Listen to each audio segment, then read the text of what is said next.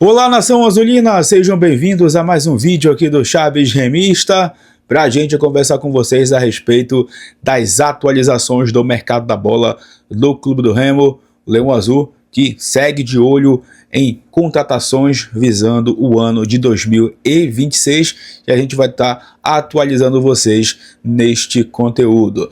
Também vamos falar sobre a expectativa. Falta apenas uma semana para o Remo estrear na temporada de 2026, já valendo taça diante do Águia de Marabá. Aliás, tem uma informação importante aí a respeito da situação do sócio-torcedor. Será que realmente não teria direito os sócios para esta partida? A gente vai estar explicando para vocês também neste conteúdo, além de falar sobre o fim da participação remista na Copa São Paulo de Futebol Júnior, hoje lá na cidade de Barueri. Antes, peço muito que vocês deixem o like aqui no vídeo, é muito importante para que ele chegue no máximo de remistas espalhados por este mundão afora. A meta de likes, mais uma vez, é de 1000 para este conteúdo. Clica também no botão hypar para que o vídeo fique no topo da plataforma e assim o YouTube possa seguir recomendando o nosso trabalho. E verifique também a tua inscrição aqui no canal. Quando a gente bater a meta de 60 mil inscritos, tem sorteio de 5 camisas do Clube do Remo para vocês aqui no canal. Vem com a gente!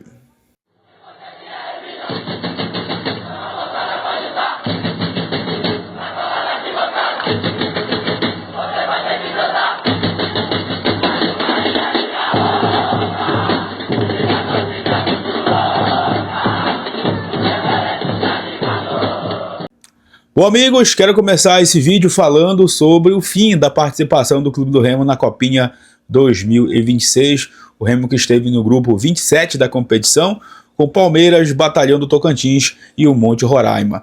Infelizmente, o Leão Azul foi eliminado na primeira fase, era um dos cotados a se classificar. O Palmeiras, claro, era o amplo favorito para passar em primeiro, como aconteceu. O Remo disputava com o Monte Roraima e com o próprio Batalhão quem seria ali o dono da outra vaga, e o Monte Roraima acabou se classificando com 2 vitórias, uma inclusive em cima do Clube do Remo na segunda rodada. O Remo termina com 3 pontos aí na competição e com 2 derrotas. Perdeu para o Monte Roraima, confronto direto, e perdeu hoje para o Palmeiras por 3-0. E assim, né, galera, infelizmente nós ainda estamos patinando na questão do investimento em base, não temos estrutura, mas também nós precisamos citar aqui que o time do Remo foi uma equipe nessa competição que não conseguiu desenvolver o seu jogo, né? O trabalho do Netão não conseguiu, de uma certa forma, dar liga nessa copinha. A gente viu muito pouco ali da questão conjunta do Remo em campo, né? O Remo não conseguia funcionar e caiu diante de um Monte Roraima organizado e de um Palmeiras que dispensa comentários, né? Vem ganhando tudo na base, vem revelando jogadores. O Palmeiras hoje é um time que vende muitos atletas, é até covardia a gente ficar comparando. Mas, mais uma vez, serve de aprendizado, serve de lição do quanto que a gente precisa de investimento. Eu, sinceramente, olha, dia 11 de janeiro de 2026, eu espero que seja a última vez que o Remo disputa uma copinha sem ter o seu CT. Que nos próximos anos, com o CT saindo, se Deus quiser, no meio do ano, do papel, de uma certa forma saindo aí, né, da questão apenas de planejamento, mas sim na prática, o CT pronto, mais um planejamento para a base também, com profissionais, com staff, com tudo, com estrutura para esses jogadores, para essa molecada que está chegando no Remo, que no próximo ano a gente possa estar vendo a nossa base disputando a copinha, mas com a famosa estrutura. Poxa, o Monte Roraima lá, estruturado, com uma SAF, é verdade, mas fazendo bonito na competição, como o Remo já até fez em outros anos, mas realmente esse ano não conseguiu dar liga. Mesmo assim, a gente parabeniza a garotada que é guerreira. A gente sabe que esses caras aí batalham pra caramba, não é fácil ser jogador de base aqui no Pará. Muitos vão para a Copinha também com a chance de demonstrar o seu talento, quem sabe o olheiro de outros clubes observar e eles serem negociados, né?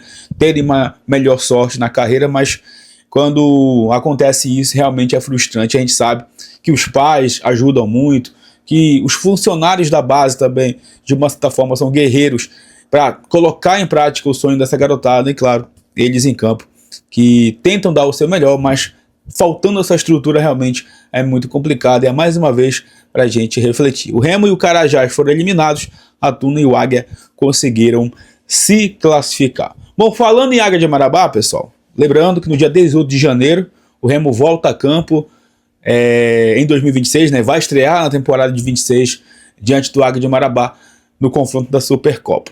Ontem, na verdade de manhã, eu trouxe o conteúdo aqui sobre, né, os valores dos ingressos que foram definidos pela Federação Paraense de Futebol. R$ 33,00 a arquibancada, R$ 66,00 as cadeiras.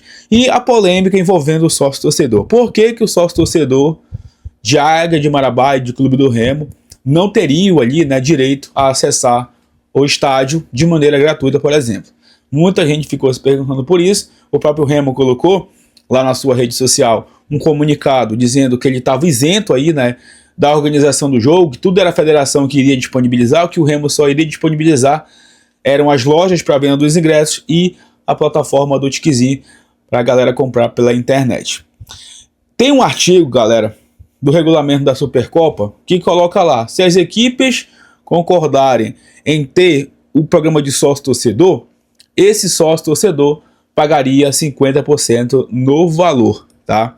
Eu tentei uma informação com alguém do clube para saber se foi o Remo realmente que abdicou desse direito para o sócio ou se foi algo que o Águia não concordou. O Águia talvez quisesse só colocar os ingressos à venda e talvez os clubes não tenham entrado nesse consenso. Tentei essa informação, mas não obtive resposta até o fim do início desse vídeo, tá? Então, quem sabe no próximo vídeo eu possa trazer um pouco mais de informações do porquê realmente que o Remo não quis colocar, ou tentou, né, colocar aí o programa de sócio ativo com pelo menos 50% de desconto. No caso, se o sócio tivesse desconto, pagaria R$ 16,50, que é a metade do valor do ingresso.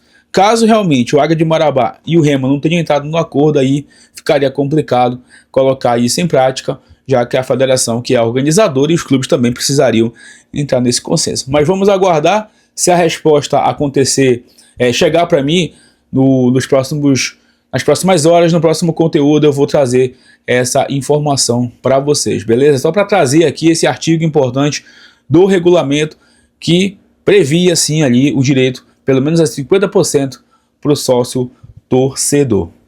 Amigos, eu quero agora bater um papo com vocês sobre esse mercado da bola do Leão Azul, né? No vídeo da manhã, a gente trouxe aqui 3 nomes para vocês que saíram aí de informações na imprensa, né? O Leonel Picon, né, o argentino, o Barleta, atacante do Sport, e o Yannick Bolazic, né, o Yannick Bolazic, atacante congolês que estava no Cruzeiro esse ano e que estava sendo pretendido pela Chapecoense, e o Clube do Remo teria entrado aí na parada para contratá-lo. Como eu disse no vídeo da manhã, né, amigos da imprensa lá de Chapecó tinham informado que essa negociação com o Bolazic estava esfriando por lá. O Remo chegou, entrou na parada, né, fez ali a proposta ao jogador, e com uma fonte interna do clube, essa pessoa me confirmou realmente que teve essa proposta. E o Chapecoense depois veio com tudo. O presidente da Chapecoense viajou para a Inglaterra, se encontrou na casa do Bolazic e lá ele resolveu fechar o negócio com a Chapecoense, né? A Chapecoense viu o Remo entrando na briga, ofereceu um valor ali acessível, segundo as informações que foram divulgadas na imprensa lá de Chapecó, e o Bolazic fechou com a equipe catarinense. Inclusive, né, o Bolazic já jogou lá em Santa Catarina, deve gostar muito de lá, talvez isso tenha pesado também na negociação. Não tenho detalhes, obviamente, da proposta do Remo, de salário nem nada, mas o Remo tentou o jogador, mas ele preferiu fechar com a Chapecoense. Mesmo com o Remo entrando forte na parada, com uma boa proposta, ele preferiu atuar por lá na Chape. A própria Chapecoense já até anunciou o jogador. Sobre o Leonel Picon, pessoal, a imprensa argentina trouxe uma informação hoje muito importante a respeito desse jogador, que é volante e que está, na verdade, né, lá no futebol argentino, no Platense. Segundo as informações da imprensa argentina, o Platense detém 50% dos direitos do Leonel Picon. E o Platense não quer abrir mão do que tem a receber pelo jogador, ou seja, o Platense quer negociar o Leonel Picon. Ele quer vender o jogador ao invés apenas de emprestá-lo. E colocou lá na informação também de que o Remo realmente fez a proposta pelo jogador, inclusive esse jogador seria ali uma indicação do Juan Carlos Osório. Agora, claro, o Remo precisa conversar com o staff do atleta, conversar também com o Platense para chegar no acordo, porque dependendo obviamente do valor, a gente sabe que negociações são mais complicadas quando envolve dinheiro, e aí vai precisar muito estar no orçamento do clube para não onerar nem nada, para não ter nenhum tipo de risco, e o clube lá na frente não ter nenhum tipo de prejuízo, mesmo com a opção de compra depois. Então o Remo está tentando essa contratação com o Leonel Picon para ter os melhores moldes ali na negociação e não ter nenhum tipo de prejuízo, mas segue aí as conversas com o staff do atleta e agora também com o Platense, clube lá da Argentina. Sobre o Lucas Lima, né, as informações que estão surgindo aí é de que ele tem até o início dessa semana, que vai começar, para definir a sua situação com o clube do Remo. O Remo já fez a proposta para ele, para o staff, já aceitaram a proposta, mas precisam, obviamente, entrar no acordo lá com o Sport Recife, até porque ele tem dinheiro a receber do Sport, o Sport deve dinheiro para ele. Tem torcedor, tem informações aí dizendo que ele tem mais de 1 milhão para receber do Sport. Eu sinceramente não tenho essa informação precisa para dar a vocês, eu acho que nem é problema do Remo isso, é dele com o Sport, mas até o início dessa semana a situação do Lucas Lima deve se resolver. Tem gente cravando já a contratação, eu não recebi nada confirmado em relação ao Lucas Lima, o que eu recebi é que estava muito próximo justamente por essa situação do salário oferecido, do staff já ter aceitado, mas ele precisa resolver a sua situação com o Sport para essa temporada. O Remo também que deve anunciar, como eu disse para vocês, o Patrick e também o Marlon, zagueiro que veio lá do Ceará, inclusive já tem fotos aí do Marlon treinando, aparecendo em treino, né, uns frames de imagens do Marlon treinando, e o Remo precisa também, claro, tá anunciando esses atletas de maneira oficial, porque no próximo domingo, diante do Águia de Marabá, já vai começar a temporada de 2026. Claro que o Juan Carlos Osório não vai poder contar com todos os jogadores.